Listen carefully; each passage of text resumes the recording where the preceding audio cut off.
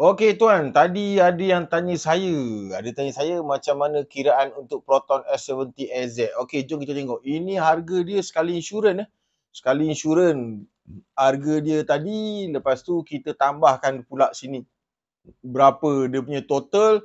Lepas tu insurans dia dah all in. Rebate Proton bagi berapa? Rebate Proton bagi ialah sebanyak apa ni?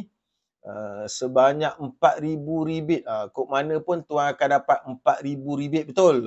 Untuk bulan Mei ni, bulan Mei. Proton S70 bulan Mei. So rebate Amak Auto bagi extra 1,400. Ini S70AZ adalah model-model lain kita cover. Proton, Pro 2, Toyota, Honda. Ni nak bagi korang kiraan lah, nak bagi korang tengok. Kadang tak faham apa benda dia dibagi, apa benda dia bagi. Tanya 400 kali, jadi tak faham-faham, saya bagilah bentuk yang memudahkan.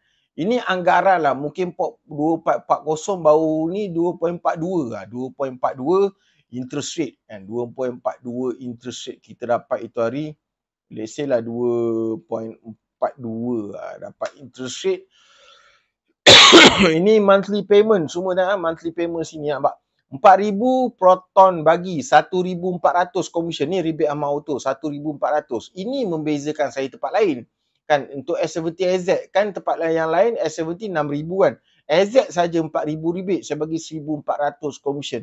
Jadi ni down payment dia dalam 10%, 2,289. Ini berapa monthly dia? 5 tahun, 7 tahun, 9 tahun. So harap video ni dapat membantu tuan-tuan. Kalau nak tanya kenapa beli dengan Amak Auto, inilah sebabnya. Rebate commission. Kita tak bagi 50 free gift sampah, kacang lah, gam lah, pemadam selotip. Kita tak bagi. Kita bagi tuan terus 1,400 extra commission untuk tuan-tuan ya.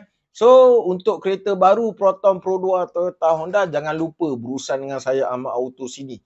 Teruskan dengan saya, nantikan live saya sebab kita sentiasa ada rebate offer yang paling tinggi insya-Allah dalam Malaysia untuk tuan-tuan dan juga trusted seller. Kita cover satu sebenarnya Malaysia, kita dekat KL PG Klang Valley sini. Baik, Assalamualaikum warahmatullahi wabarakatuh.